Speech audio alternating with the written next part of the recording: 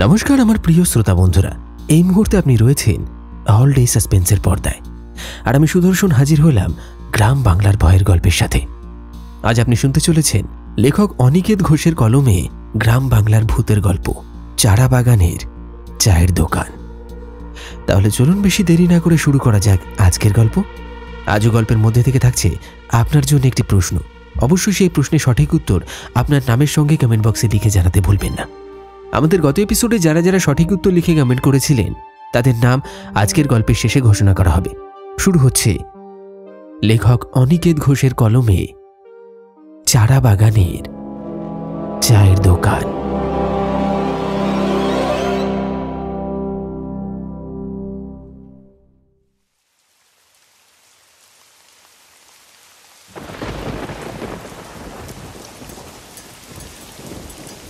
চারাবাগান গ্রামটার গায়ে বিকেলে যখন আকাশের বুক ফুঁড়ে হঠাৎ ঝুমঝুম করে বৃষ্টি নেমে এলো, তখন গ্রামের মাঝখানে দাঁড়িয়ে থাকা ঘনাই কাকার ছোট্ট চায়ের দোকানটিতে যেন অপ্রস্তুত এক উৎসবের আবহ তৈরি হলো।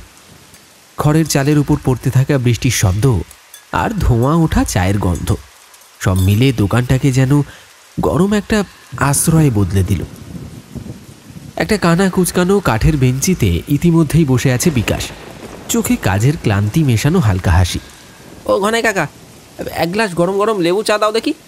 বিকাশ বলল। ঘনাই কাকা মুখ তুলে তাকিয়ে বলল, ও বিকাশ, অনেকদিন পর দেখছি রে তোকে, তা কোথায় ছিলি এতদিন? বিকাশ হাঁপ ছেড়ে বলল, আর কি কাকা, চটকলের মহাজন ধরেছে বেঁধে। বড় একটা অর্ডার পেয়েছে, লেবারদের ঘাম ঝরাচ্ছে দিন রাত। আজ রবিবার বলে একটু ছুটি পেলাম। ভাবলাম তোমার দোকানে চায়ে চুমুক না দিলে শরীর মন কোনোটাই আর ঠান্ডা হবে না, তাই চলে এলাম। এই কথার মাঝেই ভিজতে ভিজতে দোকানে ঢুকে পড়ল নিতিন, সঙ্গে বাবাই আর নিশিকান্ত। তিনজনেই গামছা দিয়ে কাঁধের বৃষ্টির জল মুছতে মুছতে বেঞ্চের এক কোণে জায়গা করে নিল। ঘনাই কাকা মুচকি হেসে বলল, আজ তো দেখে দোকানে চাঁদের হাট বসেছে, আর সবাই যে হাজির। নিশিকান্ত গামছা নিংড়ে রাখতে রাখতে বলল, আর বলো না কাকা, জমিতে ধান পেকেছে। আবার যদি এই ঝড় বৃষ্টি এখন বেড়ে যায়, সব তো নষ্ট হয়ে যাবে, একেবারে জলে ডুবে যাবে গো। তাই সকাল থেকে ছুটে বেড়াচ্ছিলাম, কিন্তু তোমার ওই লেবু চায়ের ডাক এড়ানো যায় না কি তাই?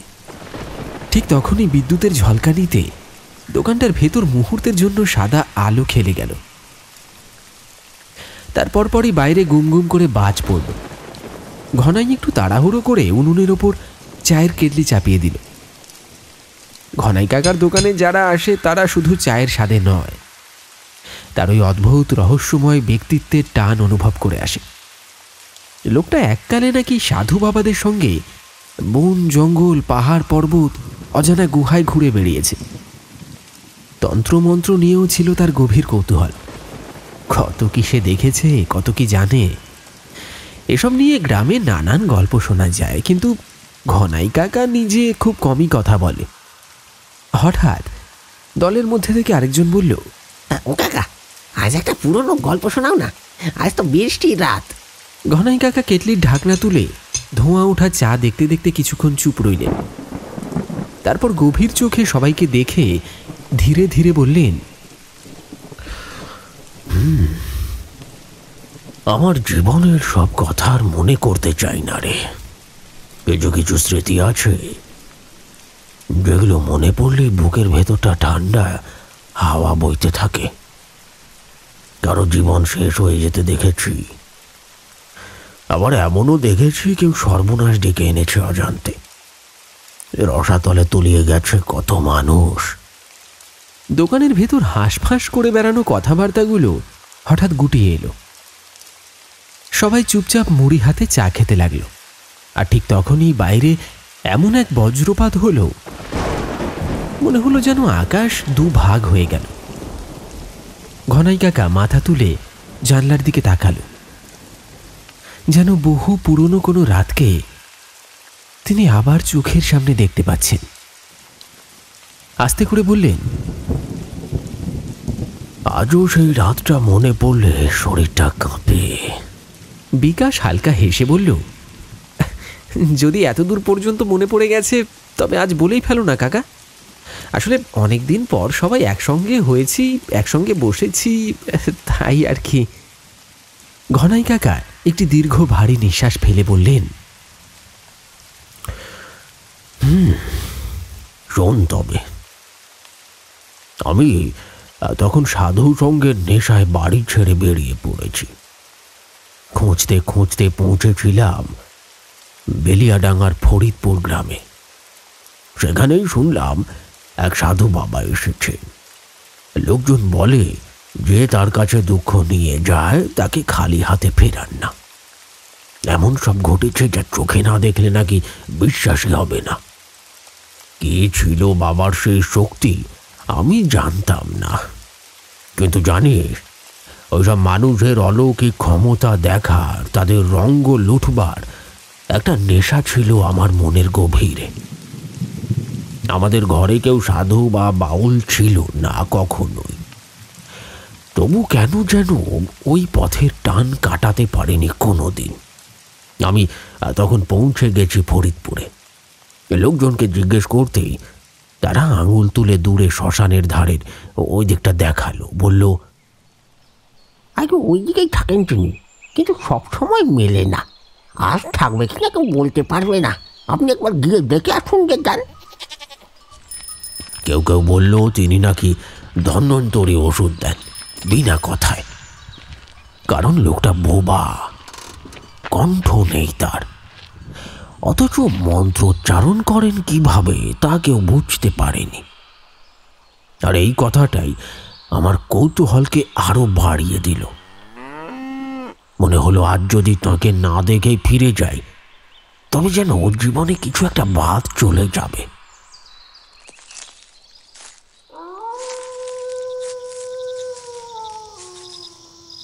সন্ধ্যের পর ধীরে ধীরে রাত ঘনিয়ে এলো। আকাশ জোড়া কালো মেঘ, নদীর বাতাসে অদ্ভুত সোঁদা গন্ধ। আমি অপেক্ষা করতে লাগলাম শ্মশানের পেছনের একটা গাছতলায় দাঁড়িয়ে। ওই মাঝে একদল চিতাযাত্রী এলো, মৃতদেহ নিয়ে আগুন জ্বাললো। অচেনা লোক, অচেনা কান্না। আমি চুপচাপ দাঁড়িয়ে রইলাম। আমার সঙ্গে খাবার নেই, জল নেই, কিন্তু আমি সাহায্য চাইব এই সাহসও হচ্ছিল না। অবশ্য বয়স তখন অল্প, বুকের ভিতরে শুধু একটাই জেদ, আজ তাকে না দেখে ফিরব না। অবশেষে রাত অনেক হলো। শ্মশান যাত্রীরা বিদায় নিল। চারদিকে রাতের এমন নিস্তব্ধতা যে মনে হচ্ছিল শব্দ করলে রাত রেগে যাবে। কাছেই নদী, সেখান থেকে কলকল করে নয়, যেন মনে হচ্ছিল বুক থেকে কেউ দীর্ঘশ্বাস ফেলছে বারবার, এমন শব্দ। আমি তখন নিম গাছের তলার শুকনো মাটিতে বসে আছি, চোখে ঘুম ধরছে। কতক্ষণ কেটে গেল কে জানে। হঠাৎ একটা ঝপাত শব্দে চমকে জেগে উঠলাম। নদীর জল যেন পায়ের নিচে সরে দাঁড়ালো। আমি তাকিয়ে দেখি জল থেকে উঠে আসছেন একজন মানুষ। অতল গভীর থেকে যেন উঠে আসছে। গৌরবর্ণ, অস্বাভাবিক লম্বা, খালি গায়ে শুধু সাদা ধুতি বাঁধা, কপালে আর মাথায় উঁচু করে জটা বাঁধা। তার ওঠার সঙ্গে সঙ্গে নদীর তরঙ্গ যেন থেমে গেল। সেই মানুষটি শ্মশানের ওপরে শুকনো ডাঙায় এসে দাঁড়ালো। আমি তো হতবাক। কিভাবে, কখন, কোনো শব্দ ছাড়াই তার সামনে এক টুকরো কুণ্ড জ্বলে উঠল আগুনে। কখন সাজানো হলো, কে আগুন ধরালো, আমি কিছুই দেখিনি। যেন যেন আগুন নিজেই তাকে ডেকে তুলেছে। লোকটা ধীরে ধীরে কুণ্ডের সামনে বসে ধ্যানস্থ হয়ে রইলেন। পিঠ একদম সোজা, চোখ নিবিষ্ট, মুখে অদ্ভুত প্রশান্তির রেখা। তখনই আমি বুঝলাম এই হলো সেই সাধু, এতক্ষণ যার খোঁজে আমি রাত কাটালাম। তিনি আমার চোখের সামনেই বসে আছেন। আমি উঠে দাঁড়ালাম, হাত পা থেকে ধুলো ঝেড়ে ধীরে ধীরে এগোলাম। বুকের ভিতরে যেন ঢাক বাজছে, তবু থামিনি। গিয়ে তার সামনে হাঁটু মুড়ে বসলাম, হাত জোর করে বললাম, বাবা, বাবা, যদি কোনো ভুল করে থাকি ক্ষমা করবেন। আপনি কি সেই মহাপুরুষ যার অলৌকিক শক্তির কথা এই গ্রামের লোকেরা বলে? তিনি মুখ তুললেন। সেই চোখ আমি কোনোদিনও ভুলিনি। আগুন নয়, অশ্রু নয়, চোখের ভিতর একটা আলো, যেন 1000 বছরের জ্ঞানের ভার নীরবে দাঁড়িয়ে আছে সেখানে। তিনি কথা বললেন না, কিন্তু তাঁর চোখে আমি পরিষ্কার শুনলাম, আমি তোমার উদ্দেশ্য জানি। তুমি সাধু সঙ্গ খুঁজতে এসেছ। তোমার ভিতরে যে আকাঙ্ক্ষা, তার পরীক্ষা হবে। আর এইসব কথাগুলো যেন আমি শুনতে পাচ্ছিলাম, কিন্তু তার চোখ দিয়ে। আমি কাঁপছিলাম, তবু অদ্ভুতভাবে শান্ত ছিলাম। মানুষের চোখে যে এমন ভাষা থাকতে পারে, তা আমি এর আগে কখনো দেখিনি।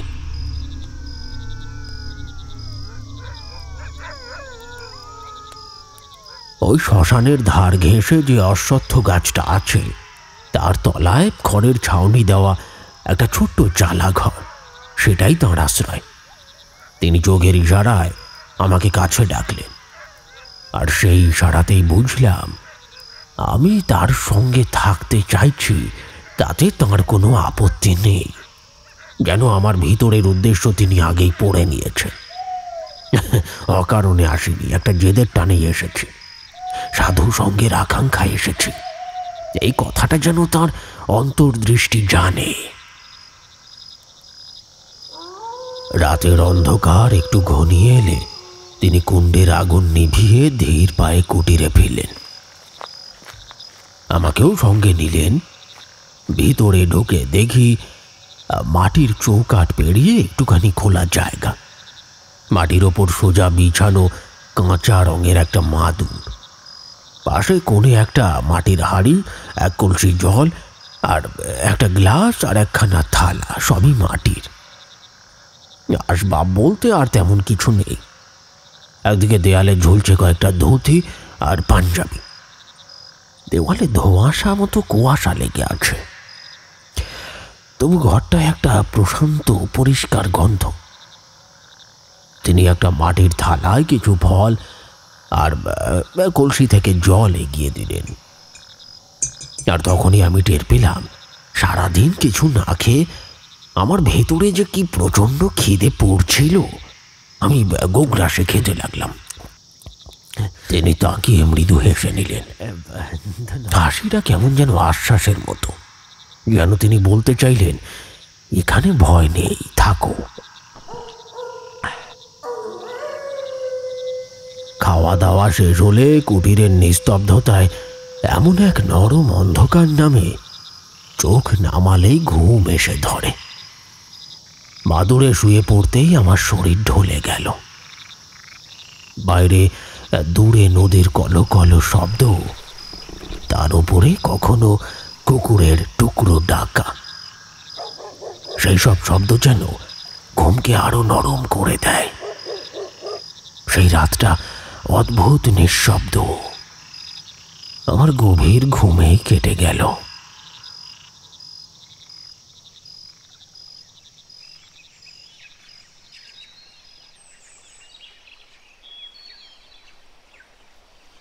ভোরের দিকে ঠান্ডা বাতাসে চোখ খুলতেই দেখি তিনি আর ঘরে নেই। উঠে বাইরে এসে দেখলাম নদীতে তিনি স্নান সেরে উঠছেন। প্রথম আলোয় তার ভেজা শরীরে এক ধরনের দীপ্তি লাগে। জল ঝেড়ে ধুতি গিট দিয়ে একবার আকাশের দিকে তাকিয়ে তিনি শ্মশানের ধারের দিকে হাঁটলেন। আমি দূরে দূরে অনুসরণ করলাম। দিন একটু চড়তেই আশেপাশের গ্রাম থেকে লোকজন আসতে শুরু করলো। তিনি শ্মশানের এক প্রান্তে একটা পুরনো বট অশ্বত্থের জড়ানো শিকড়ের ছায়ায় পাথরের একটা চৌকো টুকরোর উপর বসে চোখ বুঝলেন। আশ্চর্য ব্যাপার, ঠোঁটের একটি পেশিও নড়ে না, কোনো শব্দ ওঠে না, অথচ তার শরীরের চারপাশে হালকা কম্পন। বুঝতে পারি মনের ভিতর তিনি জপ করছেন ইষ্ট দেবতার নাম। সেই নাম কেবল উচ্চারিত হচ্ছে অন্তরের দপদবিতে, নীরবে। আমি একটু দূরে দাঁড়িয়ে থাকি। তার সামনে মাটিতে ছড়িয়ে আছে বিচিত্র কিছু দ্রব্য, ছড়ানো ছিটানো কিছু শুকনো পাখির পালক, কয়েকখানা ছোট বড় বা চর্ম ঢাকা হাড়ের গেলাস, তিনটে মানুষের খুলির অর্ধেক অংশ, যেন কোনো অচেনা ক্রিয়ার নিদর্শন। সঙ্গে গাছের ডাল, লতা পাতা আর কয়েকটি ভেষজের গাঁটরি, আর মাটির বাটিতে কোনো এক পিষে রাখা সুগন্ধি গুঁড়ো। আমি জানি না এগুলোর ব্যবহার কি, তবু অনুভব করি এখানে সবকিছুই অর্থবহ। এই নীরব কাজের প্রতিটি ধাপে অদৃশ্য নিয়ম আছে। লোকজন নানান সমস্যায় আসে, কেউ দেহের ব্যাধি নিয়ে, কেউ সংসারের বাঁধা, কেউ বা উন্মাদের মতো চোখে ভয় নিয়ে। তিনি কারোর কপালে আঙুল ছোঁয়ান, কারোর বুকের উপর হালকা তেল মাখেন, কারো হাতে ধুইয়ে দেওয়া জল দেন। কথা নয়, কেবল ভঙ্গিতে, ছোঁয়ায় আর ইশারায় তিনি কাজ করেন। কখনো আবার একখানি পালক দিয়ে মাথার উপর 3 বার ঘুরিয়ে দেন। কখনো খুলি ঢাকা বাটির সামনে 2 হাত জোর করে চোখ বুজে বসে থাকেন। সেই নীরবতার ভিতর দিয়ে বাতাসে একটা ঝিমঝিম তপস্যা জমে ওঠে। আমি দাঁড়িয়ে দাঁড়িয়ে ভাবি, আমি এসেছি শেখার আকাঙ্ক্ষা নিয়ে, একটি সদ্গুরুর ছায়ায় বসে সাধনায় অংশ নিতে। কিন্তু কি করে বলি, কিভাবে শুরু হয় এই শিক্ষা? আমাকে কি তিনি আদৌ শেখাবেন? এই সমস্ত প্রশ্নগুলোর জবাব আমি নিজের ভিতরে বিস্মৃত নীরবতায় রাখলাম। বললাম না কিছুই, শুধু দেখলাম, অপেক্ষা করলাম। দুপুর নামতে না নামতেই শ্মশানের দিকের পথটা দিয়ে ছুটে এলো একজন ভদ্রলোক, আর পিছনে আরো 2-3 জন লোক। লোকটা এসে সোজা তার পায়ের কাছে লুটিয়ে পড়ল। পরনে ঝকঝকে সাদা পাঞ্জাবি, পরিষ্কার ধুতি আর চোখ মুখ জলে ভেজা। কান্নায় তার গলা বসে গেছে, তবু কথাগুলো স্পষ্ট। যা বললেন তার মানে খানিকটা এই রকম দাঁড়ায়। গত সপ্তাহে নাকি তার মেয়ের জন্য পাত্রের সন্ধানে গিয়েছিলেন অশোকনগর গ্রামে। ছেলেপক্ষ বেশ ভালো, কথাবার্তা ঠিকঠাক। নিজের মেয়ে নবনীতা সেদিন বাড়িতেই ছিল, মাও ছিল বাড়িতে। সকালে মেয়েকে দেখে বেরিয়েছিলেন তিনি, কিন্তু বিকেলে ফিরে এসে ভদ্রলোক দেখেন তার মেয়ে নেই। স্ত্রী কান্নাকাটি করছে। স্ত্রীর মুখে শুনলেন সারাদিন খোঁজ করেও পাওয়া যায়নি তাকে। আগলে রাখা কড়াকড়ি সত্ত্বেও কোনো প্রেম প্রসঙ্গ নেই, এই কথা তারা নিশ্চিত জানেন। তাহলে মেয়ে গেল কোথায়? 2 দিন ধরে গ্রাম চষে, থানায় খবর দিয়ে, পথ ঘাট সব ঘুরে কোনো সন্ধান নেই। তাই আজ শেষ আশায় তিনি এখানে এসেছেন। কথা বলতে বলতে ভদ্রলোক আবার কান্নায় ভেঙে পড়লেন। পিছনের 2 জন তার কাঁধ চেপে ধরে দাঁড়িয়ে রইল, চোখে মুখে শোক আর হতাশার গভীর ছাপ। আমি একটু দূরে দাঁড়িয়ে আছি। হঠাৎ খেয়াল করি গরুর মুখে কোনো শব্দ নেই, কিন্তু তার চোখের পাতা কিঞ্চিত নড়ে উঠেছে। যেন নীরবে কোথাও ডুবে গেলেন তিনি। একটি অনামা স্থিরতা। নদীর জল, চন্দন কাঠ আর ধোঁয়া মিলেমিশে একটা গোপন সংকেত ছড়িয়ে দিল চারদিকে। আমি নিঃশ্বাস আটকে দেখছি এবার কি করেন তিনি।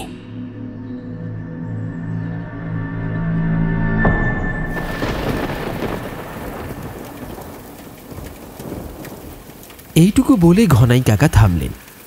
তারপর বললেন, তোরা যতটা বুঝেছিস তার অনেক ঊর্ধ্বে ঘুরতে চলেছিল একটা কিছু। সেই রাতটা আজও আমার মনে আঘাত করে বজ্রপাতের মতো। ওই সাধু বাবা, তিনি মানুষের চোখের গভীরে ঢুকে কথা বলতেন। তার চোখে যেন ছিল কারোর অন্তরের গুপ্তদ্বার খুলে দেওয়ার চাবি। বিকাশ আর বাকিরা নিশ্চুপ, কেবল আগুনের ধোঁয়া আর বাইরে ঘন ঘন বজ্রপাতের শব্দ। মহাসমাধি তন্ত্র জানিস তোরা? ঘনাই কাকার প্রশ্নে সকলে মাথা নাড়ল অবুঝের মতো। না না, ওসব জানা আমাদের ধাতে নেই কাকা, বিকাশ চাপা গলায় বলল। ঘনাই কাকা নিঃশ্বাস ফেললেন, যেন স্মৃতির শিখর থেকে দুঃস্বপ্ন টেনে আনলেন। তবে শোন, মহাসমাধি তন্ত্র এমন এক তন্ত্র যার ফলে শরীরের সীমানা ভেঙে সাধক প্রবেশ করে অন্য কোনো অস্তিত্বের রাজ্যে, যেখানে ভাষা নেই, শব্দ নেই, কিন্তু কার্য আছে। ভয়ঙ্কর নিষিদ্ধ কার্য।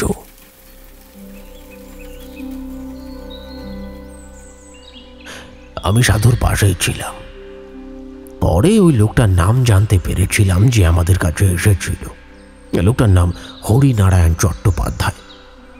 বেশ পয়সাওয়ালা, কিন্তু তার অন্তরে যে কি ঝড় বইছে তা বুঝলাম যখন সাধু কেবল চোখে তাকিয়ে তাকে থামিয়ে দিলেন। তিনি কাঁদছিলেন, কিন্তু কাঁদতে কাঁদতে হঠাৎ থেমে গেলেন, যেন কেউ তাকে ভিতর থেকে বলে দিল সব ঠিক হয়ে যাবে। আমি তো হতবুদ্ধি। সাধুর ঠোঁট নড়ল না, অথচ লোকটা মাথা নেড়ে বলল, ঠিক আছে বাবা, আজ সন্ধ্যাবেলা আসুন, আমি বন্দোবস্ত করে রাখছি, আপনি আসুন আসুন। কখন কথা হলো, কিভাবে কথা হলো? আমার চোখের সামনে ঘটল সবকিছু, অথচ আমার কানে কোনো শব্দ এলো না। সেই মুহূর্তে আমি প্রথম বুঝলাম এই মানুষটি চোখে তাকিয়ে কথোপকথন করতে পারেন, সে জ্ঞান কোনো তুচ্ছ জ্ঞান নয়। অন্য মানুষের মনের ভেতরে ঢুকে পড়তে পারেন, যেমনভাবে তিনি আমাকে গতকাল থেকে সংকেত দিয়ে কথা বলে আসছেন।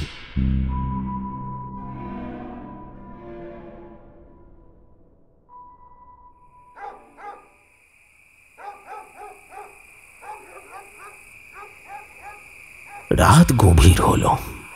আমরা পৌঁছলাম হরিনারায়ণের বাড়ি। মোটা চুন সুরকির দেওয়াল, ইংরেজি গম্বুজের মতো ছাদ, প্রশস্ত উঠোনে মাটির উপর অদ্ভুত আয়োজন। ঘি, সর্ষের তেল, আষ্টে কালো ধূপ, হলুদ সর্ষে, বকের বালক, আরো কত কি। আর মাঝখানে এক উন্মত্ত আগুনের যজ্ঞকুণ্ড। গ্রামের লোকেরা গোল করে দাঁড়িয়ে আছে, কেউ ভয় পাচ্ছে, কেউ কৌতূহলী। বাড়ির বউ বাচ্চারা বারান্দায় জমাট বেঁধে পাথরের মতো হয়ে আছে, নিঃশব্দে তাকিয়ে আছে। কোনো মন্ত্র নেই, কোনো শ্লোক নেই, কিন্তু একটা অলৌকিক চাপার শব্দ ভেসে উঠছিল, যেন কেউ অনাদিকাল থেকে নিঃশব্দে কাঁদছে। সাধু বাবা নীরবে ঘি ঢালছেন অগ্নিতে, কিন্তু শব্দ নেই, কেবল চোখে চোখে বুঝিয়ে চলেছেন কাকে কি করতে হবে। হঠাৎ একসময় সাধু আমার দিকে তাকালেন। তার চোখের সেই ইঙ্গিত আজও আমি ভুলিনি।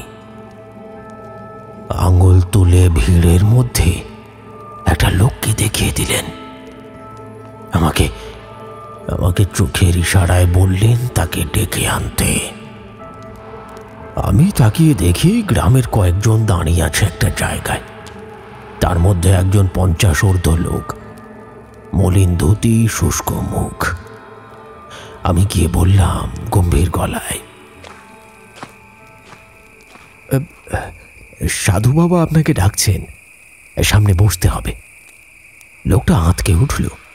আগে আমাকে? আমি তো শুধু দেখতে এসেছি, আমি তো কিছু জানি না। সেই মুহূর্তে আমার চোখ পড়ল তার পিছনে। বাড়ির সীমানায় একটা বেড়া ঘেঁষে একটা বেলগাছ ছিল। তার ডালপালার ফাঁক দিয়ে দুটো সরু ঢ্যাঙা সাদা মতো পা যেন অদ্ভুতভাবে উপরে উঠে গেল, তারপর অদৃশ্য হয়ে গেল। কিসের পাওগুলো? দৃশ্যটা দেখে আমার বুকের ভিতরটা কেমন যেন বরফ হয়ে গেল। আমি পিছনে ঘুরে সাধুর দিকে তাকালাম। তিনি ইতিমধ্যেই জানেন, চোখে ইশারা করলেন তাকে নিয়ে আয়, যেন বলতে চাইছেন সময় ফুরিয়ে যাচ্ছে। আমি লোকটিকে উদ্দেশ্য করে বললাম, আগে উনি অন্তর্যামী, তার ডাক অমান্য করবেন না। আর নিশ্চয়ই কোনো ব্যাপার আছে, আপনারা তো জানেন ওনার শক্তির মহিমা। লোকটা এবার আর না বলতে পারল না, নীরবে এসে বসে পড়ল যজ্ঞের ঠিক সম্মুখে।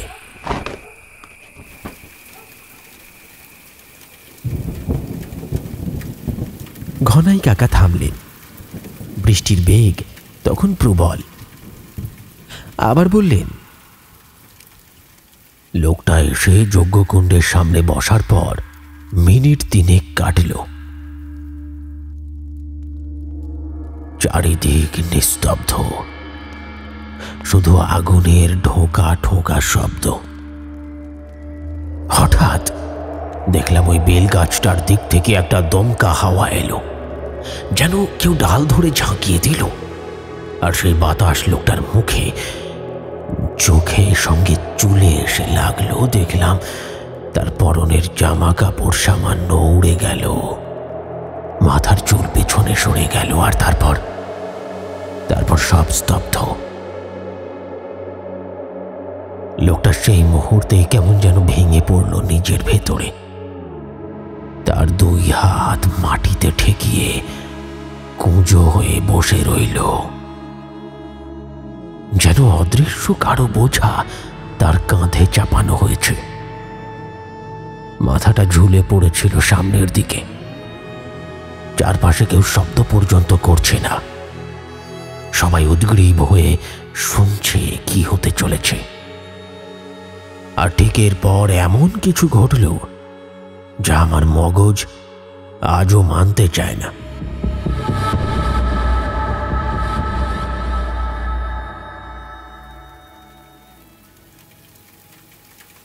তোরা পিশাচতন্ত্রের নাম শুনেছিস? ঘনাই কাকা ঠোঁট চেপে বললেন, পিশাচকে বশ করা মানে মৃত্যুর অনিষ্ট শক্তিকে আহ্বান করা। আমি সেদিন জানতাম না যে সেই সাধু এমন বিদ্যার অধিকারী। অবশ্য পরে বুঝেছিলাম, ওই বেলগাছের ফাঁক দিয়ে যে লম্বা সরু পাগুলো দেখেছিলাম সেটা আসলে কোনো মানুষের ছিল না, ছিল এক পিশাচের। ওটাই তার পরিষদ। আমাদের সামনে যে লোকটা ঝুঁকে বসেছিল, আমি বুঝলাম তার শরীরে প্রবেশ করানো হয়েছে ওই পিশাচকে।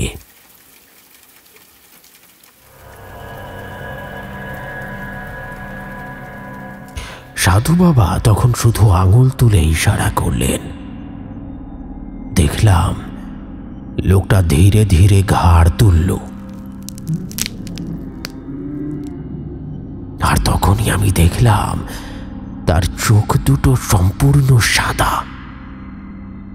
চোখের মধ্যে এক অশুভের শূন্যতা। চোখের কোটরে কোনো কালো পাতা নেই, নেই কোনো মানবীয় চাহনি, শুধু হাড়ের ফাঁপা সাদা। তার মুখের চামড়ার নিচে শিরাগুলো ফুলে উঠেছে, নীলচে নয়, কালি মেশানো রক্তের মতো কালশিটে, যেন ভিতর থেকে ফেটে বেরিয়ে আসতে চায়। ঠোঁট সরে গেছে, দাঁতগুলো খচখচে, আর গলাটা থেকে বেরোচ্ছে এমন এক আওয়াজ যেন মানুষের নয়, পচা ডোবা থেকে জেগে ওঠা কোনো মৃত জীব। লোকটার গলা বদলে গিয়ে সেই অশরীরী কণ্ঠ বলল, নবনীতার উপর কালা জাদু প্রয়োগ করা হয়েছে। খগেনদের পুকুরে কাপড় কাচতে গিয়ে ভুল করে একটা কাপড় ফেলে এসেছিল, আর সেই দিনই আড়াল থেকে তাকিয়েছিল গোলক হাজরা।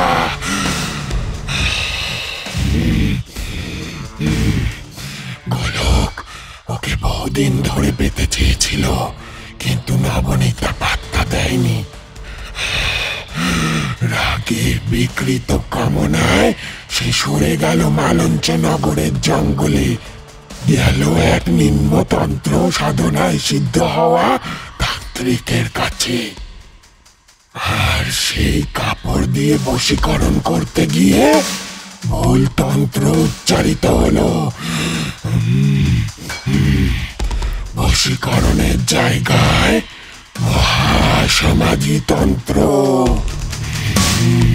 ফলে নবনীতার আত্মা দেহ ছেড়ে বাইরে বেরিয়ে গেছে, কিন্তু দেহ মরে নেই, বেঁচেও নেই। আমার বুকের ভেতরটা থর থর করে উঠল। সেই কণ্ঠস্বর এরপর বলল, তার দেহ পড়ে আছে পান্নালাল সমাদ্দারের বাগানের ঝোপে। যদি এখনো অক্ষত উদ্ধার করা না যায়, তবে সে পূর্ণ পিশাচ হয়ে ফিরে আসবে।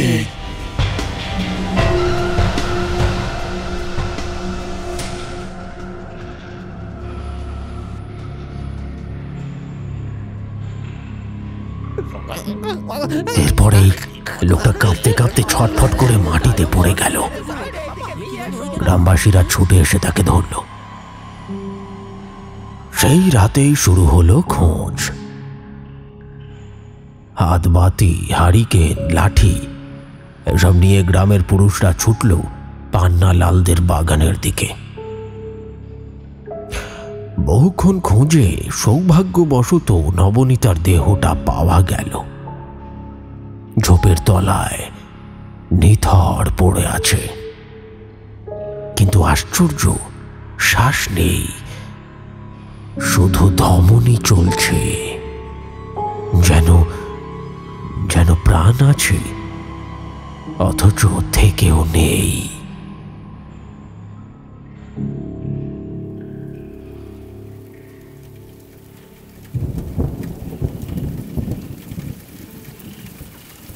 ঘনাই কাকা যেন নিঃশ্বাস টানলেন। কিন্তু তোরা ভাবছিস এটাই শেষ? না, ও রাতেই গোটা গ্রামবাসীর সঙ্গে আমিও যা দেখলাম তারও ভয়ঙ্কর।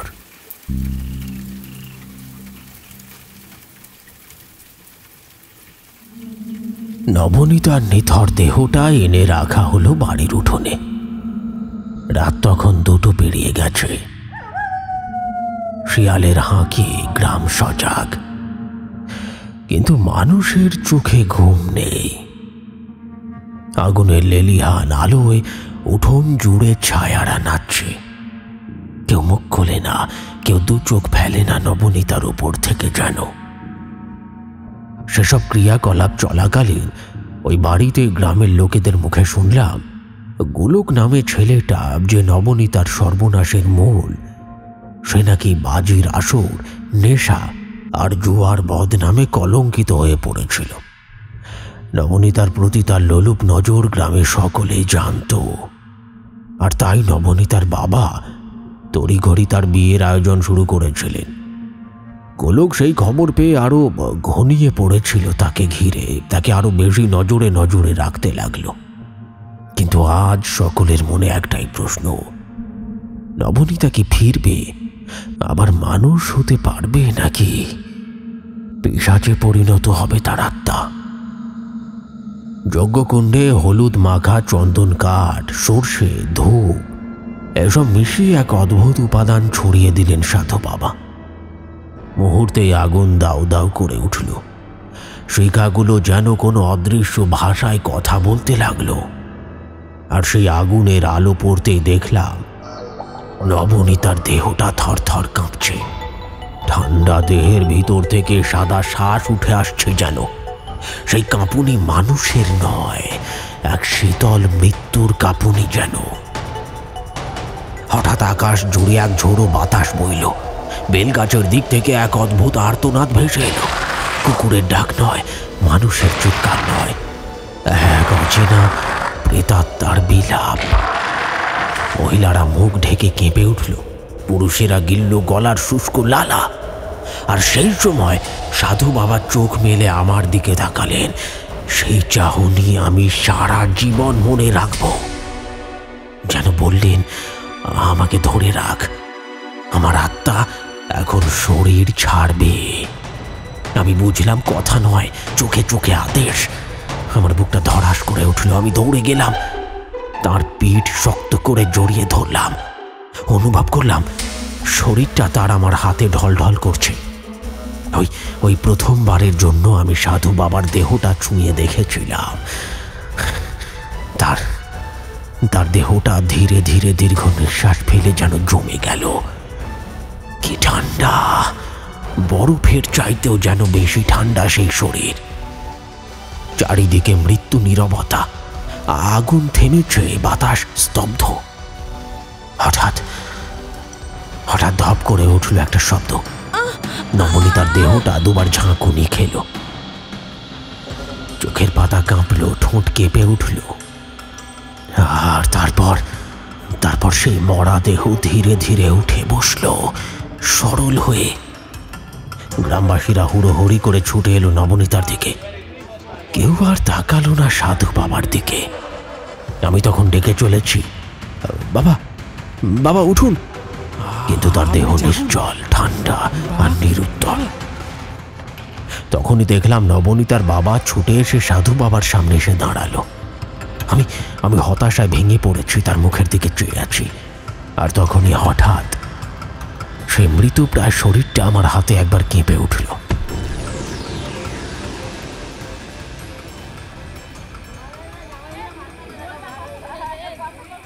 ধীরে ধীরে তার চোখের পাতাগুলো খুলে গেল, নিঃশব্দে, শান্তভাবে, যেন কোথাও দূর আকাশ থেকে ফিরে এলেন। নবনীতার বাবা সারা শরীর মাটিতে মিশিয়ে প্রণাম করলেন তার পায়ে। উঠোন ভরা জনতা, কেউ কথা বলতে পারল না। এই মুহূর্তে সকলেই জানল, এই রাত শুধু উদ্ধার নয়, এই রাত সাক্ষী এক নিষেধ তন্ত্রের। সবাই সাধু বাবার জয় জয়কার করতে লাগলো।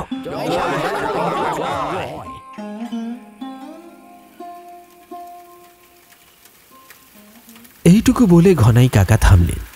বিকাশ বলল, আরে বাপরে বাপ, এটা সত্যি একটা রোমাঞ্চকর ঘটনা গো কাকা। তোমার ভাগ্য আছে বলতে হবে, এসব তুমি অভিজ্ঞতা করে এসেছো এককালে। ঘনাই কাকা কিছুক্ষণ স্তব্ধ থেকে ধোঁয়াটে চোখ মুছে বলল, এই ঘটনা কেবল ভয়ঙ্কর নয় রে, অলৌকিক। আত্মা দেহ ছেড়ে বেড়ায়, এই কথাটা বইয়ে পড়া যায়, কল্পনায় ভাবা যায়, কিন্তু আমি তা হতে দেখেছি। আমি নিজে সে বিদ্যে অর্জনের চেষ্টা করেছিলাম।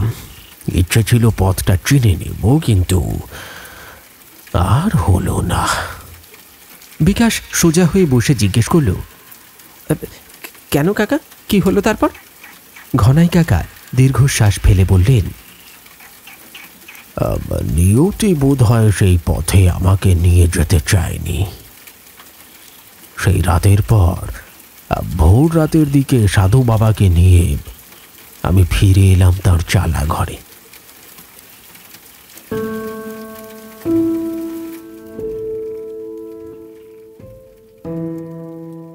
শরীরটা ভেঙে যাচ্ছিল একেবারে। একটা মাদুর পেতে শুয়ে পড়েছিলাম। ভাবলাম তিনি ভোরবেলা স্নান সেরে একটু পরেই ফিরবেন, কিন্তু সূর্য উঠল, দুপুর নামল, সন্ধে ডুবল, তার আর দেখা নেই। দিন গড়ালো সপ্তাহে। গ্রামের লোকেরা এসে আমায় প্রশ্ন করত সাধু বাবা কোথায়, কিন্তু আমি নির্বাক। হয়তো তিনি স্রোতের মতো এসেছিলেন, আবার স্রোতের মতোই মিলিয়ে গেলেন। কথা বলতে বলতে ঘনাই কাকার কণ্ঠ যেন দূরে সরে গেল। একদিন সন্ধেবেলায় মনে হলো এই গ্রাম ছেড়েই চলে যাই, কারণ মানুষের ভিড় দিনের পর দিন বেড়েই চলেছে। আমি আর সামাল দিতে পারছি না। ভাগ্যে যদি থাকে তাহলে সাধু বাবা একদিন ফিরবেন, তার সঙ্গে আবার কোথাও না কোথাও সাক্ষাৎ হবে। বেরিয়ে পড়লাম পথ ধরে। সেই বিদায় বেলায় যে দৃশ্যটা দেখেছিলাম আজও তা আমার অন্তরে খোদাই হয়ে আছে। গ্রামের পুরনো শিব মন্দিরের সামনে দেখলাম নবনীতা সন্ধ্যা প্রদীপ জ্বালাচ্ছে। একাগ্র মনে অভিমুখ হয়েছে মহাদেবের দিকে। তার মুখে যে শান্তি, যে নিষ্ঠা, তাতে মনে হলো সে আর এই মাটির মেয়ে নয়, যেন কারো আশ্রয়পুষ্ট। ঘনাই কাকার চোখে যেন জল চিকচিক করে উঠল। আমার মনে হলো ওকে রক্ষা করতে সাধু বাবা এসেছিলেন। তিনি কোনো সামান্য তান্ত্রিক ছিলেন না। যদি আমার বিশ্বাস ভুল না হয়, তিনি স্বয়ং মহাদেবের দূত ছিলেন। বা কে জানে, মহাদেবী হয়তো মানুষের রূপে রক্ষা করে গেছেন তার এক ভক্তকে। ভাবলেই গায়ে কাঁটা দেয়। কি অপরিসীম কৃপা! আমি তাঁর সহচর্যে দিন কাটিয়েছি। আমার জীবন ধন্য। অবশ্য যদি আমার এই ভাবনা সেদিন সত্য হয়ে থাকে। বিকাশ থমকে গিয়ে বলল, আর সেই গোলক, তার কি হলো কাকা? ঘনাই কাকা ধীরে ধীরে মাথা নাড়লেন। সেই রাতে গোলক যেন বাষ্প হয়ে মিলিয়ে গেল গ্রামের বুক থেকে। কেউ আর তাকে খুঁজে পায়নি। নবনীতার বাড়ির লোক এবং গ্রামের মোড়ল সহ সকলেই তাকে খুঁজতে গিয়েছিল, কিন্তু তার দেখা পায়নি কেউ। কারো মনে হয় সে পালিয়েছে, কারো মতে তাকে গ্রাস করেছে সাধুর আহ্বান করা পিশাচ শক্তি। তবে আমার মন বলে সে নিজেই শিকার হয়েছে সেই সমাধিতন্ত্রের, মহাসমাধিতন্ত্র। হয়তো তার দেহ পড়ে আছে কোথাও কোনো অদৃশ্য গহ্বরে, যেখানে পৌঁছানো মানুষের পক্ষে অসম্ভব। তার আত্মা অতৃপ্ত, অস্থির আর অন্ধকার আকাশে ঘুরে বেড়াচ্ছে এক সন্তাপের ঝড় হয়ে।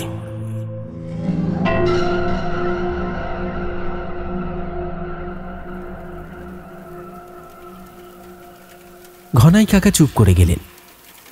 চারিদিকে রাতের নিস্তব্ধতা নেমে এলো। উনুনের আগুনের ছাই থেকে ধোঁয়া উঠছে নিঃশব্দে।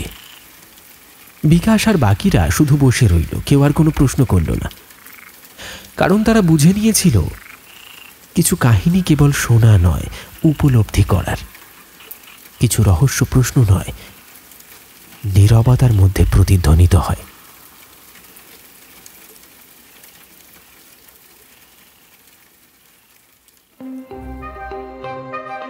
শুনলেন চারা বাগানের চায়ের দোকান। আমাদের আজকের নিবেদনের এই গল্পটি আপনার কেমন লাগলো অবশ্যই আপনার মতামত কমেন্ট সেকশনে লিখে জানাতে ভুলবেন না। যেমনটা গল্পের শুরুতে বলেছিলাম, আজও গল্পের মধ্যে থেকে থাকছে আপনার জন্য একটি প্রশ্ন। আচ্ছা বলুন তো, আমাদের আজকের গল্পে সাধু বাবার সেই কুটিরে মাটির তৈরি কটি জিনিস ছিল? প্রশ্নের সঠিক উত্তর আপনার সম্পূর্ণ নামের সঙ্গে কমেন্ট সেকশনে লিখে জানাতে ভুলবেন না। তাহলে চলুন একবার ঝটপট দেখে নিই আমাদের গত এপিসোডে কারা কারা সঠিক উত্তর লিখে কমেন্ট করেছিলেন। আমাদের গত এপিসোডে সঠিক উত্তর লিখে কমেন্ট করেছিলেন শেখ মুস্তাকিম, রত্না সরকার, পাঠক যাদব, পূজা মণ্ডল, শঙ্কর মণ্ডল, পূজা দাওয়ান, তাপস দাওয়ান, হেমন্ত মণ্ডল, সার্থক মণ্ডল, সুষমা মণ্ডল, মানস জানা, শামসুল মল্লিক, মেহেদি হাসান মঈন, মল্লিকা বারিক, সৌমেন দে, রিঙ্কু, হিরণ মাতু সরকার, মনীষা হালদার, সমর ধারা, অভিজিৎ নাথ, বিট্টু এবং আরমান। আপনাদের প্রত্যেকে অনেক অনেক ধন্যবাদ জানাই গল্পটি শুনে গল্পে থাকা প্রশ্নের সঠিক উত্তর কমেন্ট বক্সে লিখে জানানোর জন্য। এভাবেই সঙ্গে থাকুন আর শুনতে থাকুন হাড় হিম করা একের পর এক ভৌতিক গল্প। খুব শীঘ্রই তাহলে আবার আড্ডা জমে উঠবে। আজকের মতো বিদায় নেওয়া যাক, আবার দেখা হচ্ছে আগামী পর্বে। ততক্ষণের জন্য সকলে খুব ভালো থাকবেন, সুস্থ থাকবেন। ধন্যবাদ।